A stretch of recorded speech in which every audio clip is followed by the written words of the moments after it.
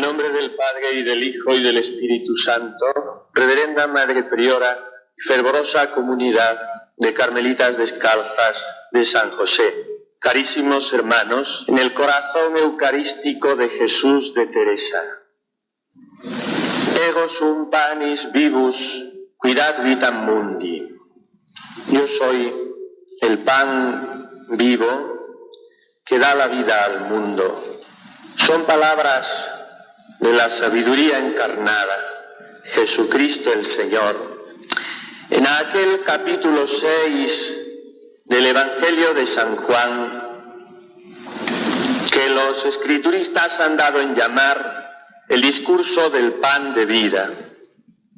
Son palabras que nos hacen entender hasta qué punto el Señor no quiere simbolizarse en el pan, no quiere significarse por un trozo de pan, sino que verdaderamente se pone Él con toda su esencia debajo de las especies de pan y vino en el sacramento augusto de la Eucaristía.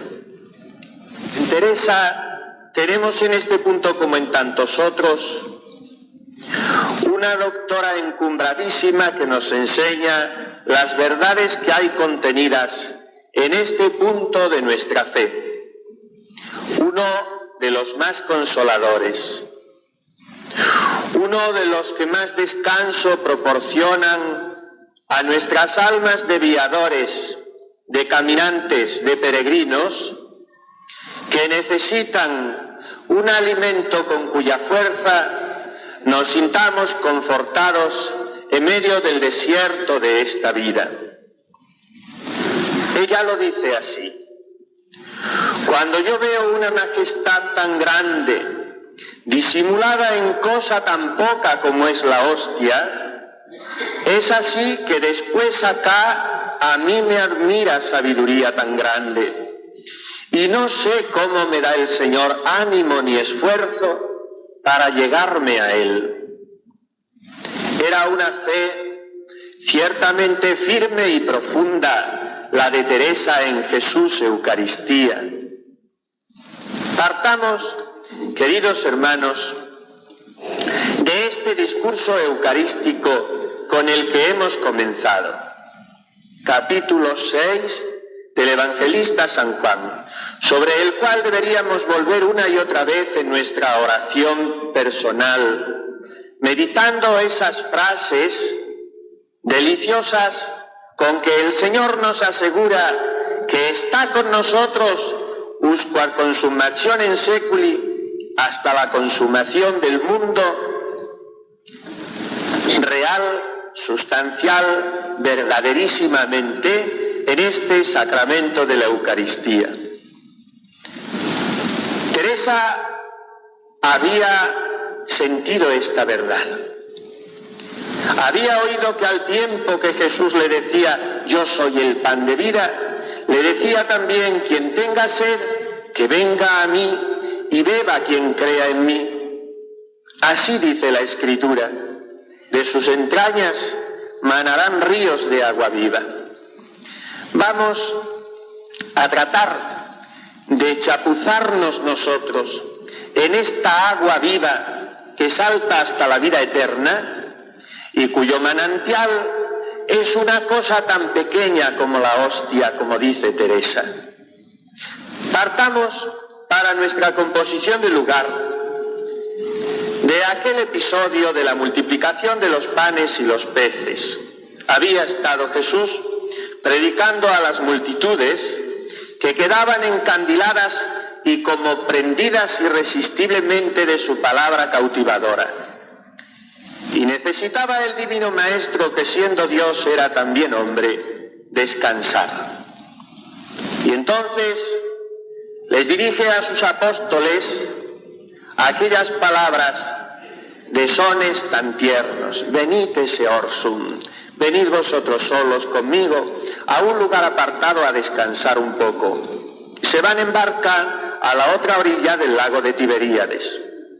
¿Cuál no es su sorpresa cuando al llegar allí a pasar aquel día de descanso que tenía programado para sus discípulos, y él se encuentra que la muchedumbre le había tomado la delantera porque había ido corriendo bordeando la orilla del lago, y allí estaban esperándole. No podían separarse de Jesús. ¿Qué hacemos con estos? Habrá que darles de comer. Siempre la solicitud amorosa del Señor. Y entonces realiza la multiplicación de los panes y los peces. Pero aprovecha ese momento para abrirles los ojos a la concurrencia, y les dice Jesús sin ambajes, con toda la sinceridad que irradiaba su persona, que era la verdad con mayúsculas: tened cuidado, porque vosotros me buscáis no por las señales que habéis visto, sino porque os habéis hartado de pan. Jesús quiere hacerles entender a aquellos israelitas, en los que podemos estar reflejados nosotros, aquellos israelitas egoístas y sensuales, impregnados, como nosotros, de materialismo práctico, de ese criterio que hace valorar a las cosas y a las personas no por lo que son, sino por lo que tienen, por lo que producen, por los beneficios que me pueden reportar. Me buscáis porque os doy de comer. Y quiere hacerles ver que existe una vitalidad inagotable, una vitalidad digna de Dios, que nadie en este mundo nos puede proporcionar, porque todo lo de este mundo es caduco y mudable. Él es quien permanece, solo Dios basta. Dios no se muda. Y Dios nos ofrece el alimento permanente que de una manera incesante refrigera interiormente nuestros cuerpos y nuestras almas. No fue Moisés quien nos dio pan del cielo, les dice comenzando una catequesis que aquellos judíos podían entender, puesto que el Señor tomaba pie de aquel famoso episodio del Antiguo Testamento, en que en medio de la travesía del desierto, los israelitas agotados piden a Moisés un alimento. Entonces Moisés ora y el Señor hace descender del cielo un pan misterioso, ante el cual los judíos se preguntan: manna, ¿qué es esto? De ahí le viene el nombre, el maná. Y a esto se refiere Jesús. No fue Moisés quien os dio pan del cielo, a Moisés se lo pedisteis, él oró, pero el que hizo descender el pan fue mi Padre. Y ahora también mi Padre es quien os da el verdadero pan del cielo. Entonces la respuesta lógica, igual que en otra ocasión la de la samaritana, es: Señor, danos siempre de ese pan. Pero seguían empecinados los judíos en que se trataba de un pan material, como la samaritana pedía el agua, porque creía que si se bebía de aquel agua nunca más se iba a sentir sed física. Y no es a esto a lo que el Señor se refiere. No. Toma entonces pie de la petición de los judíos: Señor, danos siempre de ese pan, para hacerles la gran revelación, para derramar sobre nuestras almas, como hoy, la palabra de vida que se introduce hasta el fondo. Yo soy el pan de la vida. El que viene a mí no pasará hambre. El que cree en mí no pasará sed. Sin embargo, qué reacción tan contradictoria la de los oyentes. Ellos le rechazan, porque ellos quieren entender, no quieren creer.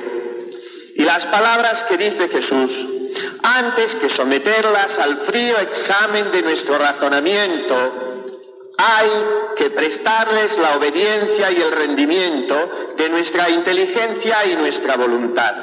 Este es el obsequio de la fe. Les faltaba humildad a aquellos que escuchaban al buen Jesús para plegarse ante su verdad. Y contestan con aquellas reacciones que siempre nos dicta al oído la soberbia, que es hacer de menos a nuestro interlocutor. ¿No es este Jesús el hijo de José? ¿Cómo puede éste darnos a comer su carne, que nos va a venir a enseñar a nosotros? Postura del cristiano, que en su orgullo indomitable permanece impertérrito ante la oferta de Jesús: tomad y comed todos de él, esto es mi cuerpo. Pero, ¿qué falta me hace a mí esta comida?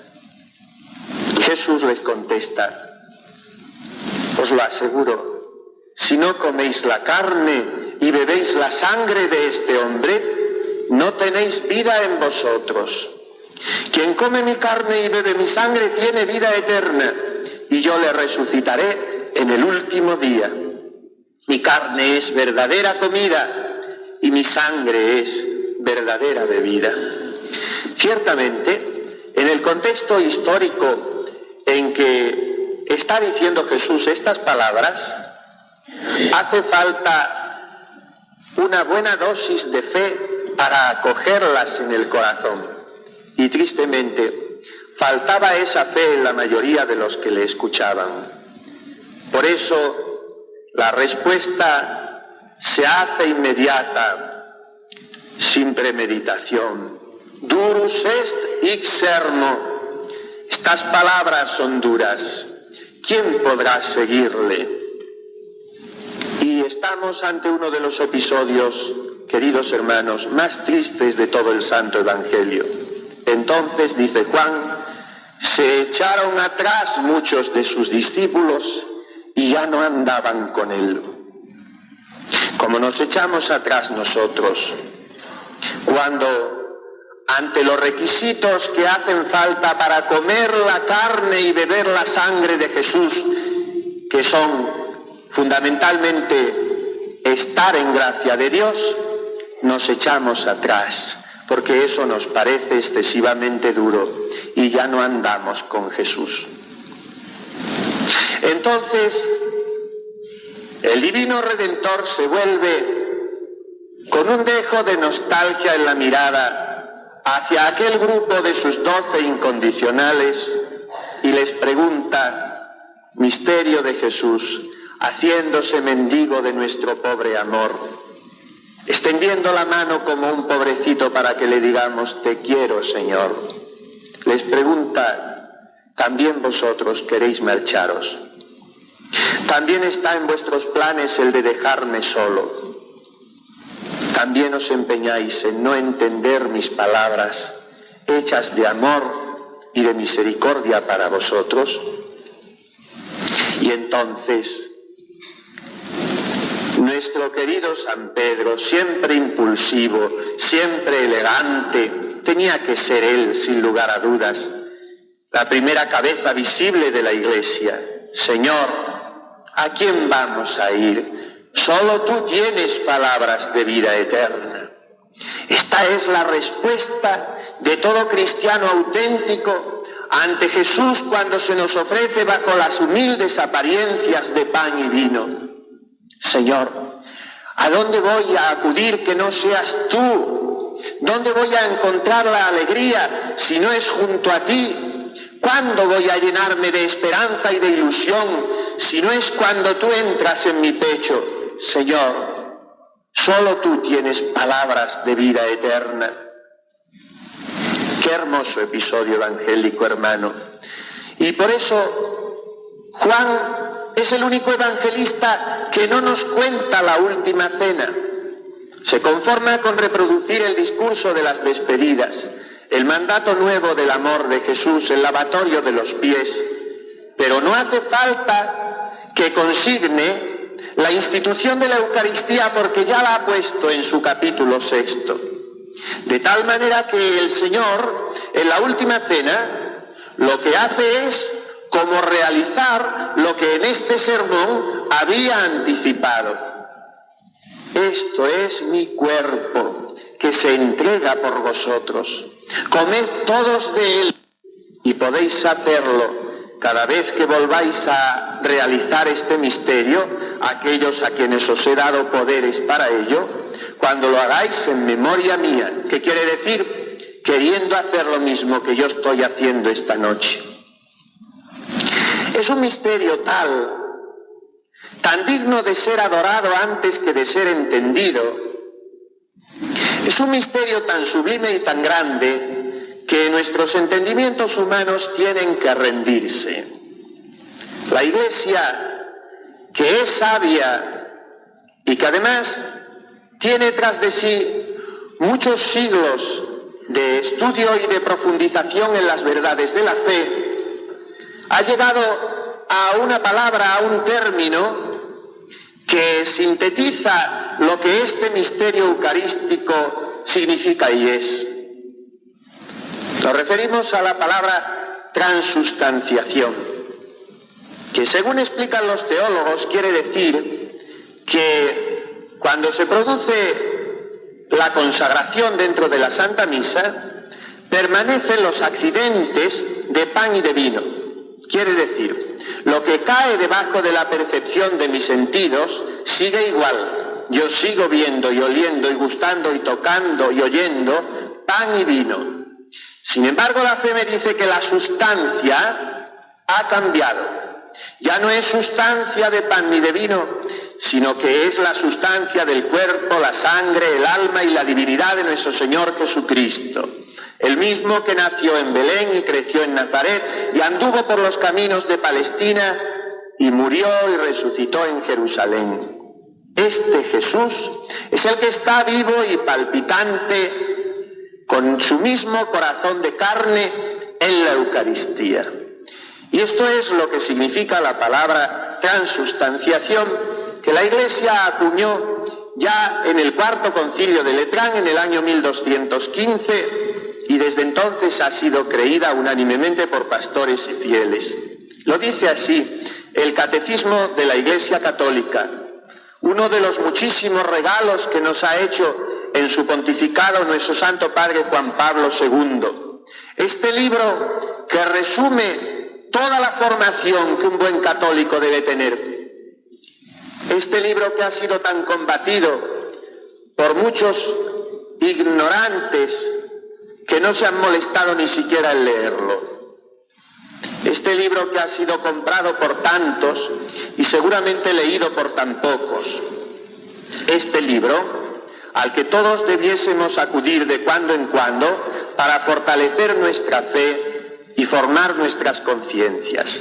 Refiriéndose a la Eucaristía dice: por la consagración del pan y el vino se opera el cambio de toda la sustancia del pan en la sustancia del cuerpo de Cristo nuestro Señor, y de toda la sustancia del vino en la sustancia de su sangre.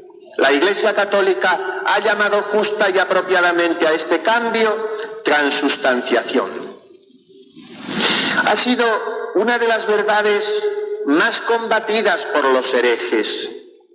No solo en la antigüedad, con aquel famoso Berengario de Tours, sino muy particularmente en el siglo de Teresa. Cuando oímos lamentos desgarrados, cuando leemos las expresiones llenas de angustia y de congoja que brotan a los puntos de la pluma de Teresa cuando escribe aquellos primeros capítulos del Camino de Perfección, ponen su iglesia por el suelo, quitan el Santísimo Sacramento, deshacen las iglesias y los sacerdotes. Esto no lo decía Teresa gratuitamente. A su conocimiento estaban llegando las consecuencias terribles que producían estas herejías nacidas del luteranismo, que querían reducir el sentido real y verdadero de la presencia de Cristo en la Eucaristía en una mera significación. Mirad, hermanos, existe un cuadro enormemente ingenioso y catequético en un convento de Alemania, en el cual aparece Jesucristo sentado a la mesa con diversos reformadores heresiarcas, como si estuviesen celebrando la última cena. Cada uno de los comensales tiene un letrero en la mano. El de Zwinglio, uno de aquellos pretendidos reformadores, dice: esto significa mi cuerpo. El de Calvino, fundador de la Iglesia calvinista, esto es la virtud de mi cuerpo. El de Lutero, padre de los protestantes, esto contiene mi cuerpo.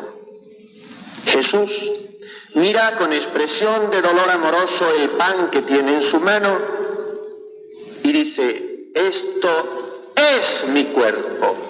Esta es la verdadera doctrina de la Iglesia Católica. La Eucaristía no simboliza a Jesús, no significa a Jesús, no nos recuerda a Jesús. El mismo Lutero lo sabía. Buscaba pretextos para poder negar con apariencia científica la presencia real de Cristo en la Eucaristía, pero él mismo escribió a sus colegas, en realidad me veo cogido. No queda ningún camino de evasión, ya que el texto del Evangelio es sobradamente claro y evidente. No cabe la menor duda, el texto del Evangelio es claro y evidente. Esto es mi cuerpo que se entrega por vosotros. Yo soy el pan de vida. No yo significo ni yo recuerdo, yo soy. Comed de mi carne y bebed de mi sangre. Y sin embargo, la osadía traicionera de Lutero rompió las compuertas de la herejía. Y en 1577 había 200 explicaciones heréticas para eludir esa fórmula esencial evidente de la transustanciación. Teresa vivió de lleno el dolor de estos ultrajes al sacramento del amor y se propuso repararlos. Todo el sentido de su reforma es reparar el cuerpo de Jesús roto, volverlo a unir por la oración y la penitencia de sus monjas. Y su reparación consistió antes que en ninguna otra cosa en dejarse ella empapar de la Eucaristía. Pero es que, hermanos, nosotros hoy estamos llamados a esta misma reparación en la que Teresa gastó su existencia.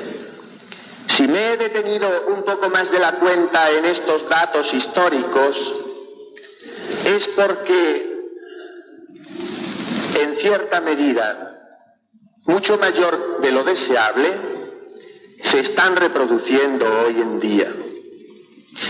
Queremos pensar que están pasando estos tiempos turbulentos de profundo confusionismo también dentro de la Iglesia, pero no dejan de repercutir las oleadas que nos han asolado también teológicamente, queriendo volver con el señuelo falso de la modernidad a una visión protestantizante de la Eucaristía, que ha llevado muchas veces a apartar al pueblo fiel de esas formas de adoración al Santísimo Sacramento que ha de haber también fuera de la misa, para renovar nuestra fe en la presencia real de Jesús, que no está en el altar solo cuando el sacerdote celebra el santo sacrificio, sino que permanece en el sagrario cuando al final de la misa se reservan las especies sacramentales, no solo para ser llevadas a los enfermos, que ese era el principal motivo en la Iglesia primitiva de la reserva eucarística, sino para que los fieles, independientemente de la misa, vayan a decir a Jesús: te adoro y vengo a estar contigo porque creo firmemente que estás debajo de los accidentes del pan. Sin embargo, cuando se ha querido llevar al pueblo sencillo a una ignorancia de esto, sienta que es verdad que el Señor le dice: estoy aquí y te amo. Un día, acabando de comulgar, me pareció verdaderamente que mi alma se hacía una cosa con aquel cuerpo sacratísimo del Señor, cuya presencia se me representó e hízome gran operación y aprovechamiento. Es una de sus cuentas de conciencia, de aquellas relaciones que ella da a sus confesores y directores espirituales cuando le piden que les informe de sus fenómenos y de sus gracias místicas. Y ella, con aquella naturalidad y sencillez que produce la sinceridad que no tiene vuelta de hoja, cuenta las cosas tal como le han sucedido. Y por eso, precisamente, porque es tan natural, es por lo que merece aquel juicio del padre Báñez. Esta mujer no es engañadora, aquí está la verdad. Una vez, dice en otro lugar, acabando de comulgar, se me dio a entender cómo este santísimo cuerpo de Cristo le recibe su Padre dentro de nuestra alma. Como yo entiendo y he visto, están estas divinas personas. Y cuán agradable les es esta ofrenda de su Hijo, porque se deleita y goza con él acá en la tierra, porque su humanidad no está con nosotros en el alma, sino la divinidad, y así le es tan acepto y agradable y nos hace tan grandes mercedes. Tenemos que concluir preguntándonos, al leer estas crónicas, estas cuentas de conciencia de Teresa, ¿qué falta le hubiese hecho estudiar teología? Seguramente lo hubiera explicado mucho peor. La ciencia hincha, dice San Agustín, la ciencia de Teresa era la comunicación natural y sabrosa que tenía con su Dios, como se tiene con un amigo. Por eso da de esta manera tan lisa y tan llana cuenta de las gracias que el Señor le hace. Y esas gracias, en lo tocante a su presencia en la Eucaristía, son como introducirla en él de tal manera que Teresa no duda ni puede dudar que debajo del pan está el mismo Cristo que padeció en la cruz y resucitó para nuestra salvación. La Santa Madre experimentaba dos realidades importantísimas que muchos sectores entre los cristianos parecen olvidar hoy, por empeñarse en esa aproximación absurda a la visión protestante de la Eucaristía en todo lo que tiene de erróneo. Teresa insiste en dos puntos. Primero, la Eucaristía para ella indudablemente es banquete, ella lo sabe. Es comida en que el alma se sienta en la misma mesa que su amigo Jesucristo, y allí él le da su cuerpo con sus mismas manos. Sedat suis manibus, dice en el Adoro te devote Santo Tomás de Aquino. Él se da a sí mismo con sus mismas manos. Es un banquete de amor. Es algo parecido a aquello que Teresa vio en cierta ocasión mientras comía, que Cristo se acercaba a ella y le partía el pan y con mucho amor y gracia se lo acercaba a la boca. Eso hace el Señor con nosotros cuando nos acercamos a comulgar. Se nos da de tal forma que es banquete. Pero Teresa sabía que por ser la Santa Misa, la celebración eucarística, la renovación incruenta del sacrificio del Calvario, el mismo sacrificio de Cristo en la cruz, sino que sin derramamiento de sangre, la Eucaristía era sacrificio. Y si es banquete, es porque en ese banquete nos alimentamos con la víctima que ha sido sacrificada, con el cordero que ha vuelto a ser inmolado, para que con esa inmolación podamos agradar al Padre Eterno, ya que nuestras obras, por estar manchadas, no pueden complacerle. Y además nosotros después podamos ser purificados al comer esa víctima que hemos ofrecido. Teresa sabía esto hasta tal punto que tenía la costumbre todos los domingos de Ramos de comulgar, porque decía ella, con tantas alharacas y fiestas habían recibido a Jesús en Jerusalén, agitando palmas y tendiendo mantos a su paso, y después nadie se había acordado de invitarle a comer, de tal forma que él se había tenido que ir a casa de sus amigos de Betania. Pues para reparar este desprecio que hicieron al buen Jesús, ella se había propuesto preparar de una manera muy especial su comunión el día del Domingo de Ramos, y un año para pagárselo el Señor, después de comulgar, lo cuenta preciosamente en una de sus relaciones espirituales, siente Teresa que se le llena toda la boca de sangre viva y caliente, y ella no puede dudar que era la sangre de Jesucristo a quien acaba de recibir, mientras escucha estas palabras: hija, yo quiero que mi sangre te aproveche. Son las palabras, queridos hermanos, que podemos escuchar o sentir nosotros cada vez que comulgamos y comulgamos bien. Podemos notar de una manera inexplicable, pero real, cómo Jesús nos hace sentir su deseo de que su sangre nos aproveche. La aspersión purificadora de esa sangre que habla mejor que la de Abel, como dice la epístola a los hebreos, quiere bañarnos y purificarnos y limpiarnos y rebautizarnos y hacernos nacer de nuevo, hechos criaturas nuevas. Este es el valor infinito de la sangre de Cristo. En la Eucaristía, sacrificio. Teresa lo sabe y lo vive. Y segundo punto en el que nos insiste de una manera casi machacona, la necesidad de la comunión frecuente que ella practicaba en una época en la que aquello no era nada usual. Nosotros, hermanos, somos privilegiados porque hemos nacido y vivido después del pontificado de aquel gran Papa San Pío X, cuyos mayores títulos de gloria tal vez sean los de haber acercado a los niños, cuanto más pequeños mejor, a la Sagrada Comunión, aunque muchos pastoralistas al uso se empeñan hoy en volver a retrasar a los pequeños la comunión, siendo sus almas cada vez que va pasando más tiempo menos inocentes. A veces estamos volviendo para atrás en ciertas cosas. Y fue San Pío V también el Papa que se empeñó en abrir las puertas de los tabernáculos a todos los fieles, disipando aquellos nubarrones que eran como reliquias de la herejía jansenista, que se empeñaba en apartar a las almas de la Sagrada Comunión, haciéndoles creer que hacía falta una perfección eximia para comulgar con frecuencia. No, hermanos.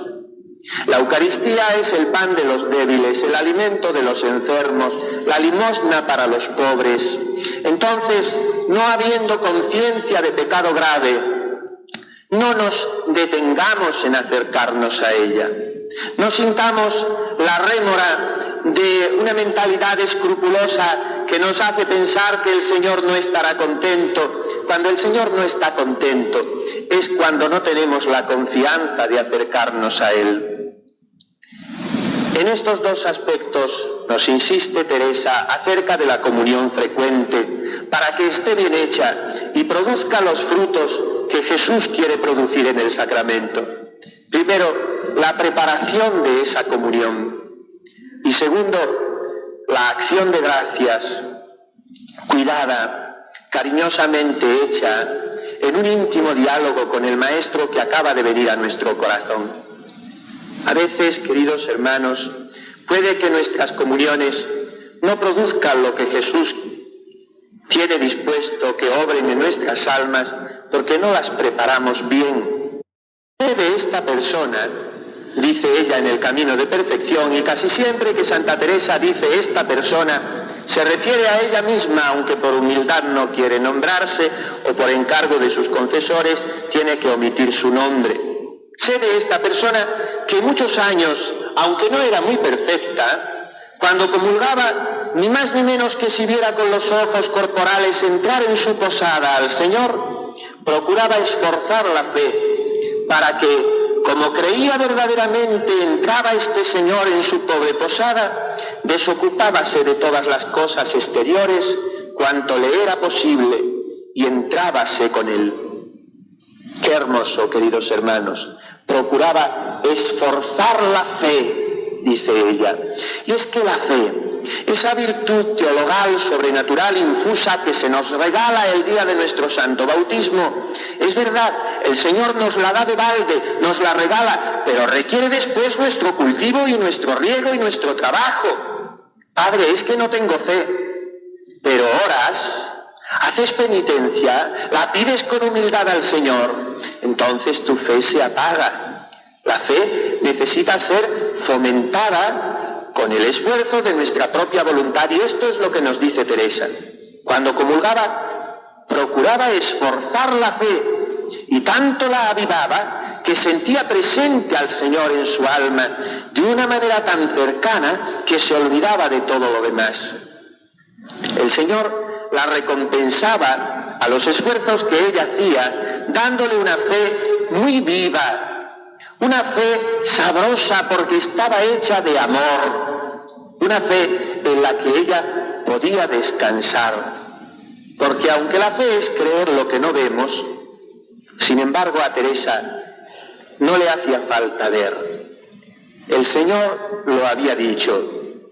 Y como dice Santo Tomás de Aquino, en ese himno precioso al que siempre tenemos que referirnos, hablando de la Eucaristía, el Adoro te devote, Nihil loc verbo veritatis verius. Nada es más verdadero que la palabra de esta verdad en persona. Y si Él ha dicho, esto es mi cuerpo, ¿qué más podemos dudar? La santa se sigue refiriendo a sí misma en tercera persona, una persona, un alma, cuando dice en este capítulo 34 del Camino de Perfección, que es todo un hermosísimo tratado sobre el sacramento eucarístico, habíale dado el Señor tan viva fe que cuando oía a algunas personas decir que quisieran ser en el tiempo que andaba Cristo nuestro bien en el mundo, se reía entre sí, pareciéndole que teniéndole tan verdaderamente en el Santísimo Sacramento como entonces, que qué más se les daba. Es muy propio esto del carácter de Teresa. Se reía entre sí. Ella no necesitaba más. No le importaba no haber vivido en el tiempo del Señor. Si la hemorroísa tuvo que abrirse paso a codazos entre la multitud para poder tocar una orla de su manto, Teresa no lo necesitaba. Le era suficiente acercarse al comulgatorio para no solo tocar una orla del manto de Jesús, sino abrazar a Jesús entero, o mejor dicho, que Jesús la abrazase a ella en ese abrazo que Jesús sabe dar en la Eucaristía y que las almas amantes de este misterio no saben explicar, sino solo gozar, abrazándose también con su Dios.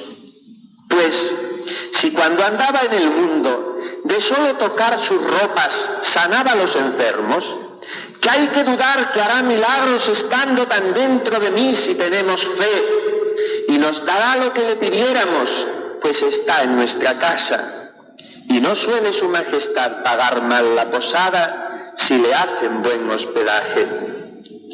Se trata de esto, hermanos, de hacer buen hospedaje al Señor, de no comulgar de cualquier manera, de comulgar con pureza de conciencia, de no hacerlo a la buena de Dios, a tontas y a bobas, como a veces hoy uno siente pena al contemplar que se hace en tantos ambientes.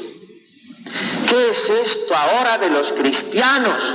Podíamos exclamar con Teresa de Jesús, que siente partírsele el corazón al tener que lanzar este grito. ¿Qué es esto ahora de los cristianos? ¿Qué es esta crisis del sacramento de la confesión? Y sin embargo, esta abundancia asombrosa de comuniones en nuestras iglesias. Uno no tiene más remedio que concluir. Es que las almas van a comulgar sin estar en gracia de Dios.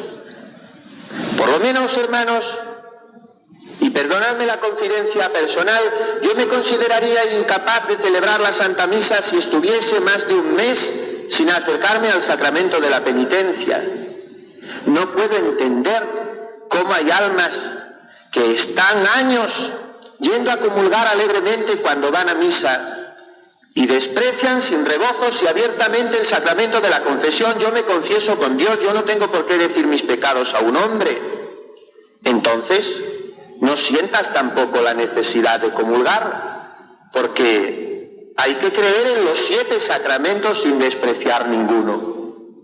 Y si Jesús ha querido servirse de hombres para bajar del cielo a nuestros altares cuando los sacerdotes celebran la Santa Misa, no quieras tú despreciar el ministerio de un hombre también, aunque sea pecador como tú, para que en nombre de Dios te perdone tus pecados. Vivimos a veces en este tiempo confuso y alterado de unas contradicciones que verdaderamente le dejan a uno perplejo. ¿Qué está sucediendo hoy con la comunión? ¿Qué está sucediendo con el respeto en las iglesias? ¿Qué está sucediendo cuando uno cada vez constata en más lugares que llega el momento de la consagración en la Santa Misa o el de la bendición con el Santísimo Sacramento y la gente no se arrodilla? Seguramente tendrían más respeto ante cualquier gobernante, tal vez incluso de un signo poco cristiano, que ante el Rey de los cielos que baja al altar. ¿O es que no tenemos fe, queridos hermanos? Porque la fe se traduce en nuestros comportamientos externos. Y ahora que está tan de moda en algunos ambientes hablar de la expresión corporal y de copiar ciertas posturas más cercanas al hinduismo o al budismo a la hora de ponernos a hacer oración buscando no sé qué relajamientos, resulta que en esos mismos ambientes se rehúsa el arrodillarse a la hora de la consagración en la Santa Misa. Yo me pregunto cómo hubiese visto Teresa esto en nuestros tiempos. A veces he tenido que conversar con ciertas personas que se creen, en virtud de no sé qué sabiduría, capacitados para interpretar la actuación que determinados santos tendrían si viviesen hoy en nuestro ambiente. Es que si Santa Teresa viviese hoy, ella quitaría esto y lo otro y haría aquello. Vamos a ver. Santa Teresa es una de las santas más prolíficas literariamente hablando de la Iglesia, la que más escritos tiene, hablando por lo menos de mujeres canonizadas. Y difícilmente se echará de menos un tema en sus escritos que ella no deje bien claro. Incluso advierte y recomienda una y otra vez: mirad que va mucho en esto, muerta yo. No hagáis caso de otros que os vendrán a decir: en esto no va nada, que son extremos. No, por muy pequeñas cosas comienza el demonio a barrenar grandes agujeros. Esta es Teresa. La Teresa del siglo XVI parece gritarnos: seré la misma en el siglo XX y en el XXV, porque las verdades de Dios no cambian, porque el Evangelio se traduce en oración y en penitencia. Y los que vengan a predicaros otra cosa, aunque sea un ángel del cielo, como decía San Pablo, no les creáis, porque no os están predicando el Evangelio. Entonces, queridos hermanos, no reinterpretemos los escritos de los santos, ni reinterpretemos el Evangelio. Cristo quiere para su Iglesia lo mismo hoy que ayer. Es verdad que habrá adaptaciones razonables y necesarias, pero en la virtud de la religión, que se traduce en adoración a Dios, en rendimiento de todo lo que somos y tenemos, anonadados ante la infinitud de un Dios que se hace pequeño ante nosotros, en esto no caben adaptaciones. En esto, la delicadeza del amor tendrá que ir buscando formas cada vez más nuevas en la fortaleza en que se debe traducir la fe. Teresa es así. No podemos comprender que ella pudiese interpretar ciertas cosas en una mediocridad espiritual, en un relativismo de aquellos que dicen da lo mismo, estos son detalles accidentales que no importan. Para Teresa importaba todo, porque el amor se traduce en los detalles, y cuando no hay detalles, seguramente es que tampoco hay amor. Se trata de hacer buen hospedaje al Señor, de no perder de vista los 3 requisitos que exige la Iglesia para comulgar, y que son: estar en gracia de Dios. No quiere decir no tener ningún pecado venial, porque esto es imposible, al menos de una manera semideliberada, como enseña la Iglesia en el Concilio de Trento. Quiere decir no tener conciencia de pecado mortal. Segundo, saber a quién recibimos, o sea, no acercarme a la comunión por rutina. Yo lo hago todos los días, igual que puedo hacer cualquier otra cosa todos los días, pero ya casi ni pienso en lo que hago. O por mimetismo, como los demás lo hacen, yo estoy allí en la misa, no me voy a quedar en el banco quieto. Y como el que va a besar el manto de la Virgen, pues vamos a recibir el cuerpo del Señor sin más reflexión o por vanidad, para quedar bien, para que los demás vean que yo también comulgo. No, tengo que comulgar porque veo que el Señor me lo pide y me invita a ello, sabiendo a quién recibo. Y tercero, guardar el ayuno eucarístico, que en nuestros tiempos ha quedado reducido a la mínima expresión, porque una hora de ayuno que ni siquiera lo rompe el agua, todos podemos guardarla. Teresa es consciente del cuidado que hay que poner, de la delicadeza, de la finura de amor con que debemos rodear la recepción del sacramento de nuestros altares. Y lo dice constantemente: debajo de aquel pan está tratable. Se ha puesto ahora muy de moda esta palabra. Es una persona muy tratable. Ya Teresa la usó refiriéndose a Jesús sacramentado. Debajo de aquel pan está tratable. Porque si el rey se disfraza, no parece se nos daría nada de conversar sin tantos miramientos y respetos con él. Parece está obligado a sufrirlo, pues se disfrazó.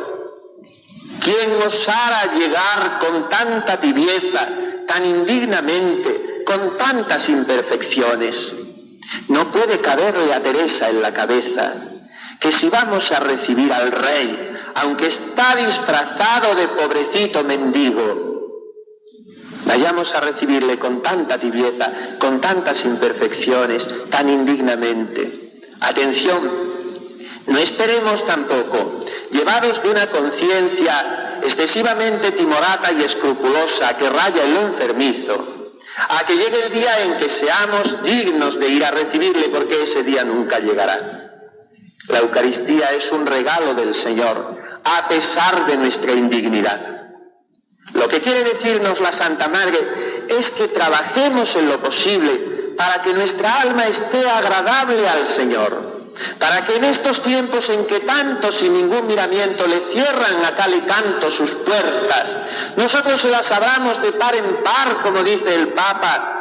Abrid las puertas al Redentor, no tengáis miedo, Él viene a salvaros, a llenaros de luz y de gracia y de virtudes.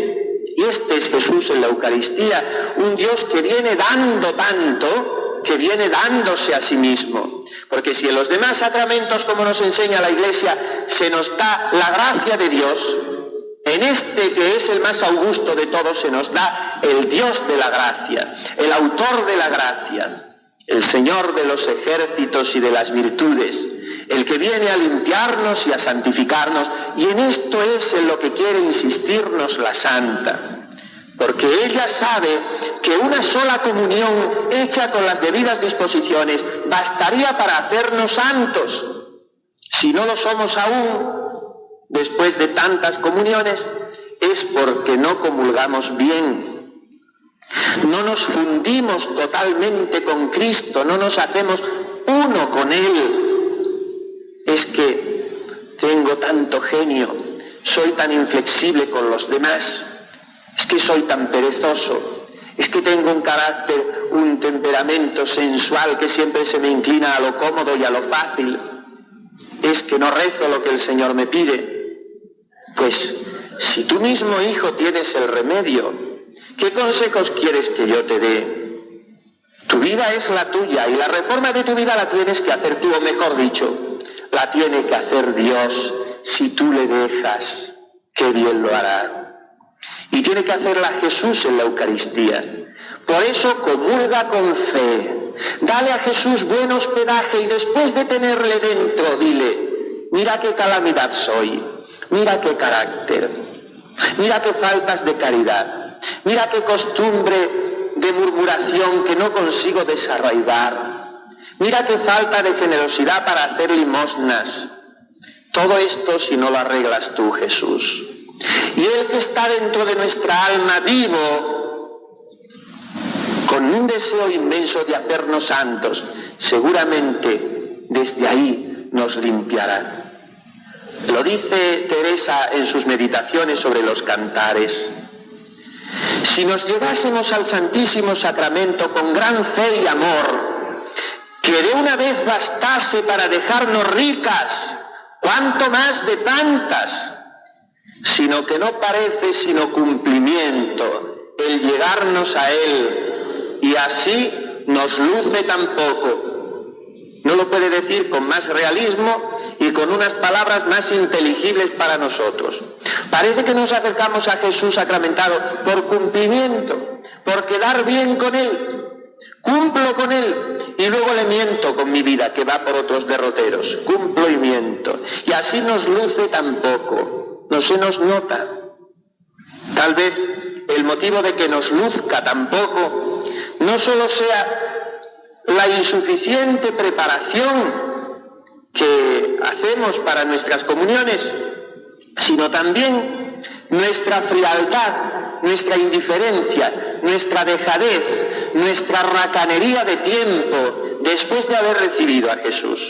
Hermanos, ¿cuántos de nosotros, al terminar la Santa Misa y haber tenido la dicha inmensa de comulgar, no salimos trotando, y perdonar la expresión de la Iglesia, como quien tiene que ir a prisa a apagar un fuego, sino que permanecemos en nuestro banco sin mirar el reloj, por lo menos 5 o 10 minutos, dando gracias al Señor que ha venido a nuestras almas, porque eso es lo mínimo. Es de bien nacidos ser agradecidos. Si no somos agradecidos con el mismo Dios que tanto y tanto nos da, hasta dársenos Él mismo en persona, con quien esperaremos ser agradecidos. Por eso Teresa aconseja: estaos vos con Él de buena gana, no perdáis tan buena sazón de negociar como es la hora después de haber comulgado, que si luego lleváis el pensamiento a otra cosa y no hacéis caso ni tenéis cuenta que está dentro de vos, ¿cómo se os ha de dar a conocer? Este, pues, es buen tiempo para que os enseñe vuestro Maestro y que le oigamos y besemos los pies porque nos quiso enseñar, y le supliquéis no se vaya de con vos. Qué bonitamente está dicho, de qué manera tan convincente y tan persuasiva, como solo Teresa sabría decirlo. Pero ni aun así acabamos de sembrar esta certeza en nuestra alma. Hay que besar los pies a Jesús cuando le recibimos en la comunión. Hay que estarnos con Él sin prisa, sin ruido de palabras, para que se nos dé a conocer, porque si no, dice la Santa Madre, ¿cómo se os va a dar a conocer? Si no le dejáis tiempo, si os vais enseguida. Mirad, San Felipe Neri, que era el santo de la simpatía, solía decir a sus jóvenes, a los que educaba en sus oratorios: sed buenos si podéis, porque sabía que los jóvenes son naturalmente buenos, y si no lo son es porque muchas veces no se les deja, porque inventa Satanás tales cosas que a veces la naturaleza es muy débil para no dejarse enredar en esos ardides.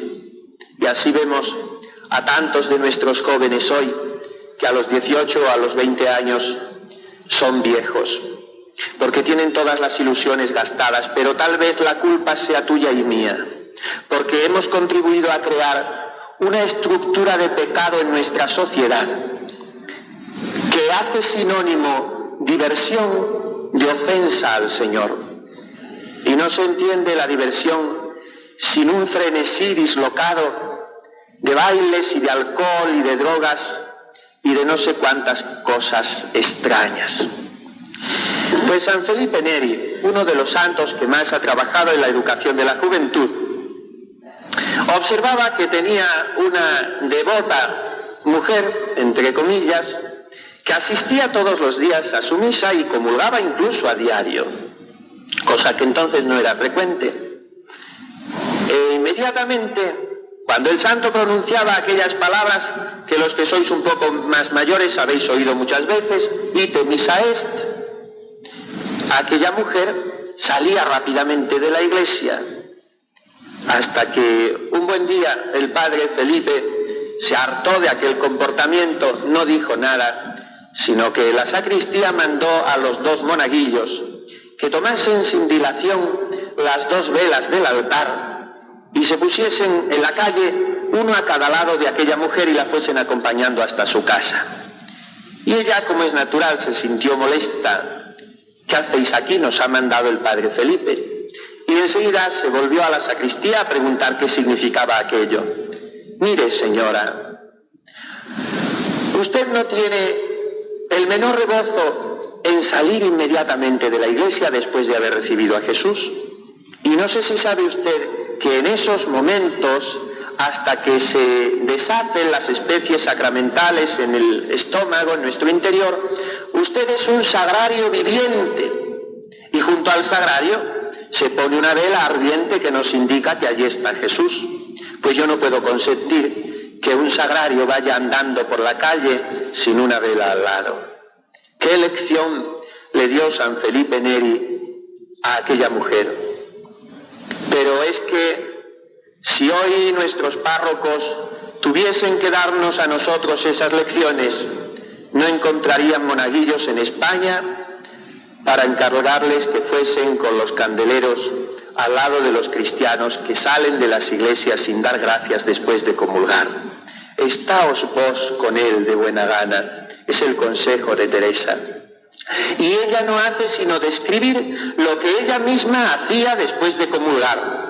Por eso sigue diciendo después, acabando de recibir al Señor, pues tenéis la misma persona delante, procurad cerrar los ojos del cuerpo y abrirlos del alma, y miraros al corazón, que yo os digo, y otra vez lo digo, y muchas lo querría decir, que si tomáis esta costumbre todas las veces que comulgareis, que no viene tan disfrazado, que de muchas maneras no se dé a conocer, conforme al deseo que tenemos de verle, y tanto le podéis desear que se os descubra del todo. Oh hermanos, si llegase el día en que nuestro deseo de Cristo en la Eucaristía, nuestras ansias de verle, de tocarle palpablemente fuesen tales que se nos descubriese del todo, como hacía con Teresa después de sus comuniones devotísimas.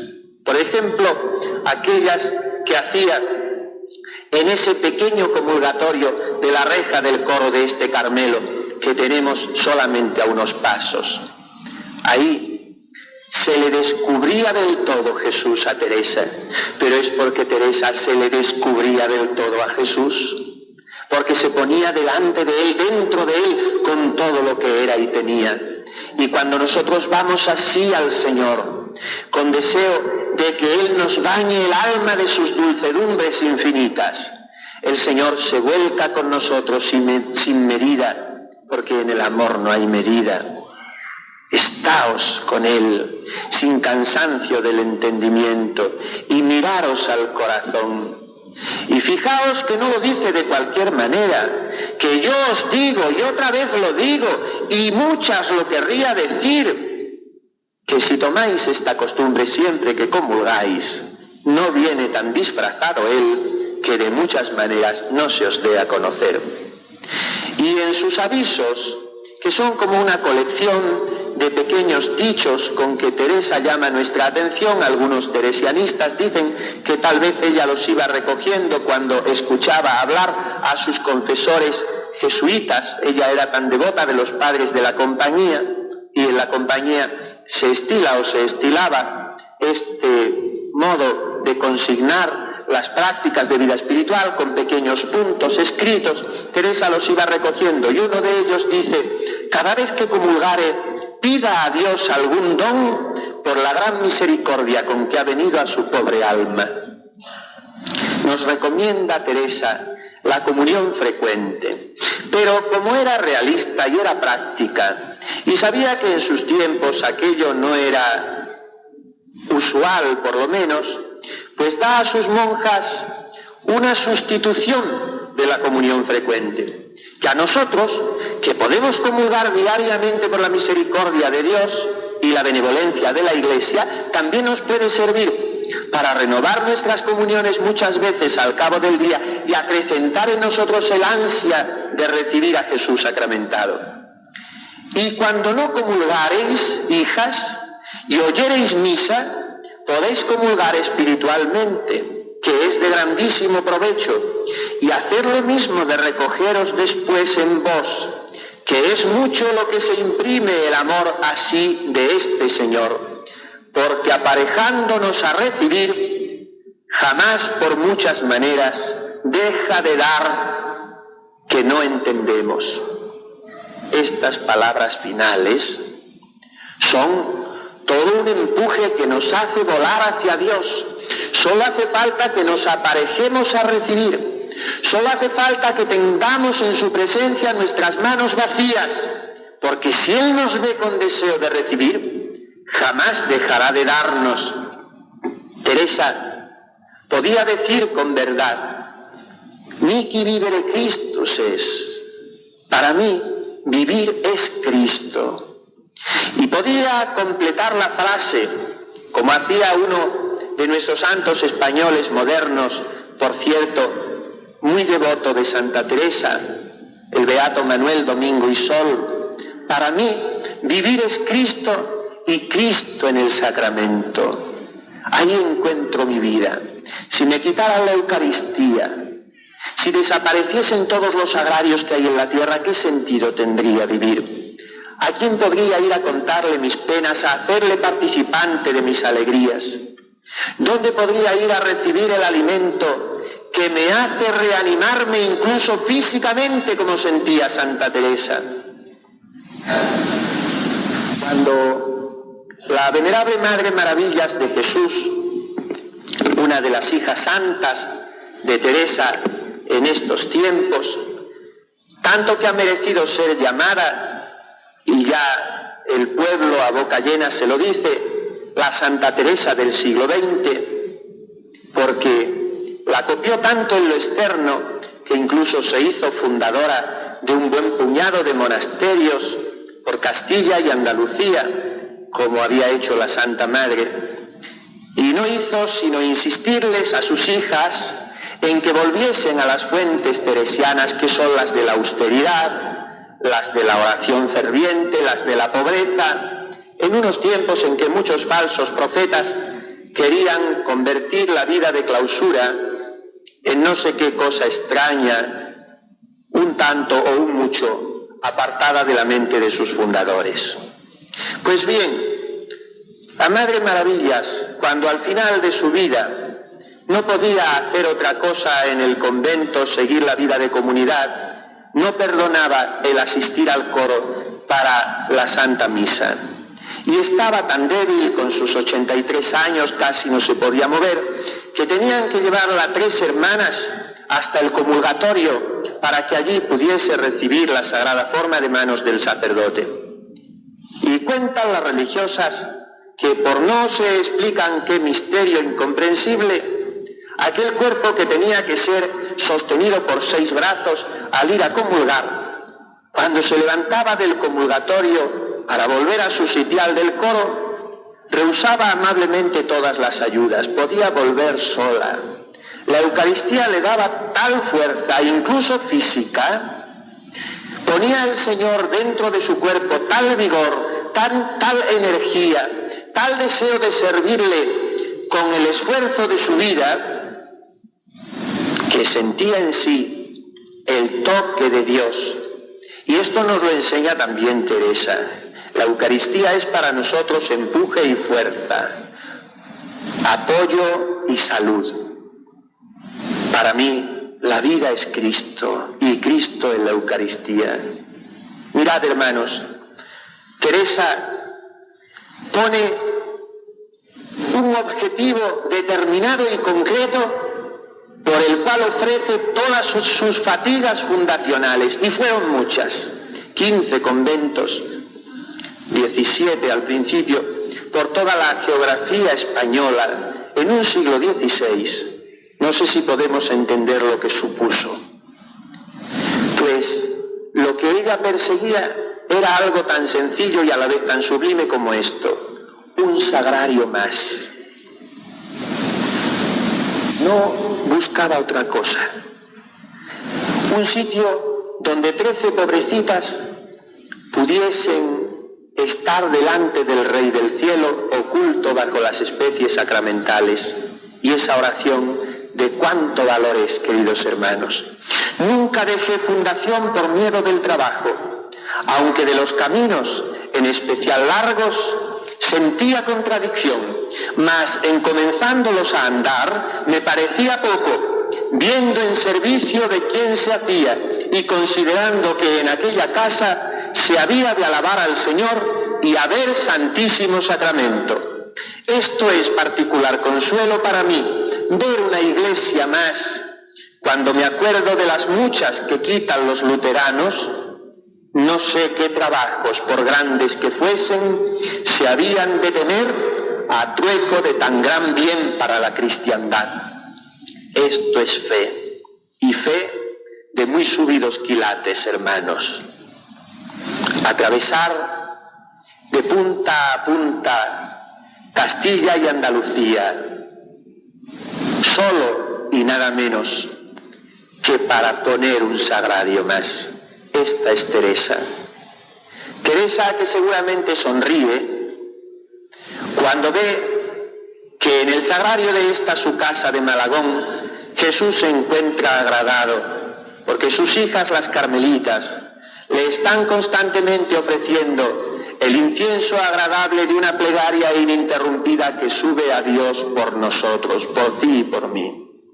Pero Teresa, que también sonríe cuando nos ve a nosotros hacer una genuflexión llena de fervor ante el sagrario de su Carmelo.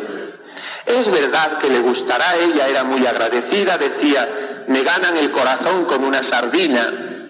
Es verdad que le gustará ver que le encendemos velas y le llevamos flores, pero no le gustará nada si le hacemos esos obsequios a ella, olvidándonos de que quien merece los obsequios sobre todos los santos es el Señor. En ese sagrario, en cuya puertecita vosotros seguramente no lo podéis ver, hay esculpido todo un símbolo, un olivo y encima de él una paloma. Ya sabéis que así le indicó el Señor a la Santa Madre el lugar donde Él quería que ella plantase este monasterio. Encima de uno de los olivos del olivar de Doña Luisa de la Cerda se posó la paloma, y ese, según la tradición, es el lugar que actualmente ocupa el sagrario. Sobre él, ese retablo que no es más que una catequesis preciosa en torno a la Eucaristía, en el centro el expositor donde ponemos solemnemente la custodia y alrededor esas 33 trinidades de ángeles sobrevolando en torno al Señor, alabándole ininterrumpidamente. Este es, hermanos, el homenaje y el amor que el Señor espera de nosotros, que tenemos más suerte que los ángeles, porque ellos no pueden comulgar, son espíritus puros. Ellos no tienen cuerpo para adorarle doblando las rodillas ante Él, nosotros sí. Por eso tenemos que saber pedir que el Señor nos infunda ese deseo profundo e inconmovible de ser adoradores en espíritu y en verdad, de ser comulgantes al estilo de María, al estilo de Teresa y de todos los santos. Por eso terminamos diciéndole a Jesús, con todo el amor de que somos capaces, yo quisiera, Señor, recibiros con aquella pureza, humildad y devoción con que os recibió vuestra Santísima Madre, con el espíritu y fervor de Teresa y de todos los santos. Así sea.